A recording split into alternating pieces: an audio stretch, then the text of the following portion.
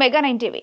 Megastar చిరంజీవికి BJP అధిక ప్రాధాన్యం ఇస్తోందని, ఆయన్ను పొలిటికల్ గా యాక్టివ్ చేసేందుకు గట్టిగానే ప్రయత్నిస్తోందని ఇలా రకరకాల రూమర్స్ పొలిటికల్ సర్కిల్స్ లో స్ప్రెడ్ అయ్యాయి. ఒకానొక టైంలో చిరుకు రాజ్యసభ సీటు కన్ఫర్మ్ అయినట్టు కూడా వార్తలు వచ్చాయి.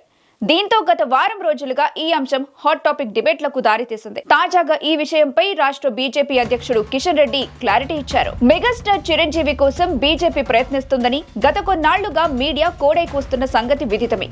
ఈ రకమైన వార్తలు రావడానికి కారణం కూడా లేకపోలేదు. గత కొన్నాళ్లుగా అటు కేంద్ర బీజేపీ పెద్దలు గాని, ఇటు రాష్ట్ర నేతలు గాని చిరుకు అధిక ప్రాధాన్యమిస్తూ వస్తున్నారు. మరీ ముఖ్యంగా ప్రధాని మోదీ చిరుతో అత్యంత సన్నిహితంగా మెలుగుతున్నారు.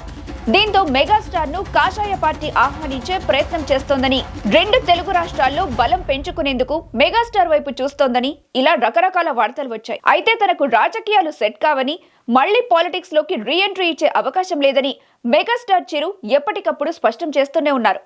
అయినప్పటికీ ఈ రకమైన రూమర్స్ ఆగటం లేదు. ఇటీవల సంక్రాంతి వేడుకలో భాగంగా మెగాస్టార్ చిరంజీవి మరియు ప్రధాని మోదీ కిషన్ రెడ్డి నివాసంలో సందడి చేయడంతో ఈ రకమైన చర్చలు మళ్లీ మొదలయ్యాయి. దీంతో తాజా పరిస్థితులపై కిషన్ రెడ్డి క్లారిటీ ఇచ్చే ప్రయత్నం చేశారు. ఇటీవల మీడియాతో నిర్వహించిన స్పెషల్ చిట్ చాట్ లో ఆయన మాట్లాడుతూ, మెగాస్టార్ చిరంజీవి సినీ దిగ్గజమని, అందుకే ఆయనకు అధిక ప్రాధాన్యం ఇస్తున్నట్టు చెప్పుకొచ్చారు. ఇందులో మరే కోణం లేదంటూ స్పష్టం చేశారు. దీంతో తాజా రూమర్స్ కు చెక్ పడినట్టయింది. ఇకపోతే చాలా అంశాలపై క్లారిటీ ఇచ్చారు ఆయన.